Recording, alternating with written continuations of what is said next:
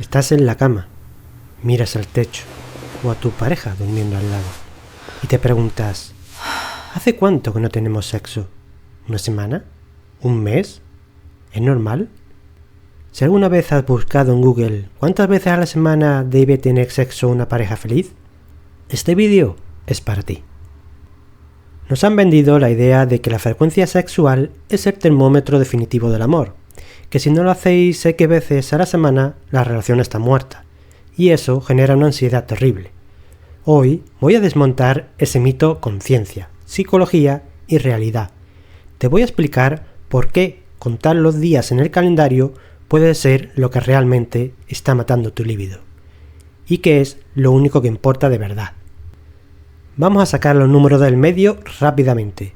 Según estudios de institutos y otras investigaciones sociológicas, el promedio en parejas de larga duración suele rondar una vez a la semana. Pero ojo, promedio no significa norma.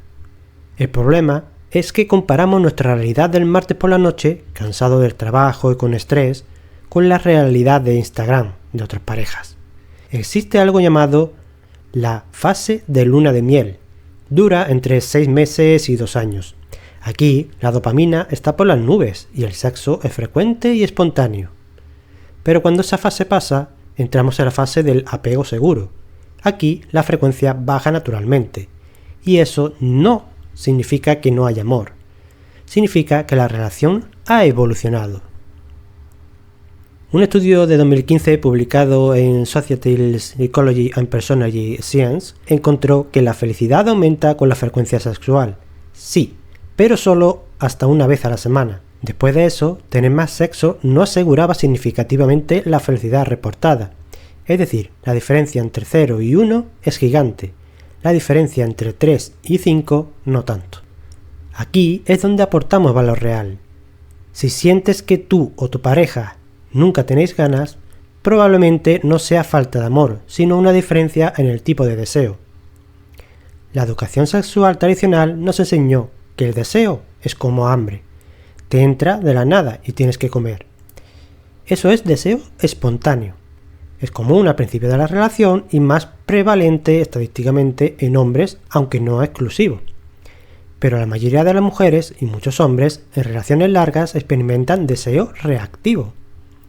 Esto significa que el cuerpo primero necesita estimulación, contexto y conexión, y luego la mente dice, sí, esto me gusta, quiero sexo. Si esperas a tener ganas de la nada para tener sexo y tu deseo es reactivo, podrías esperar años. La frecuencia baja muchas veces porque estamos esperando un rayo que no va a llegar, en lugar de construir la fogata poco a poco. Entonces, ¿la frecuencia define la relación? La respuesta corta es no. La respuesta larga es la discrepancia del deseo define el conflicto, no la frecuencia. El problema no es hacerlo una vez al mes. El problema es si uno quiere hacerlo diario y el otro mensual. Esa brecha genera rechazo en uno y presión en el otro. La métrica real que debes usar no es cuántas veces, sino cómo nos sentimos después. ¿Hay conexión? ¿Hay vulnerabilidad? ¿Os divertís? Vale más un encuentro sexual al mes donde ambos estéis presentes, conectados y disfrutando que 3 a las semanas hechos por cumplir o por miedo a que el otro se enfade. El sexo por obligación es el asesino silencioso de la libido. Además, ampliemos la definición de sexo. ¿Cuenta como frecuencia un masaje erótico? ¿La masturbación mutua?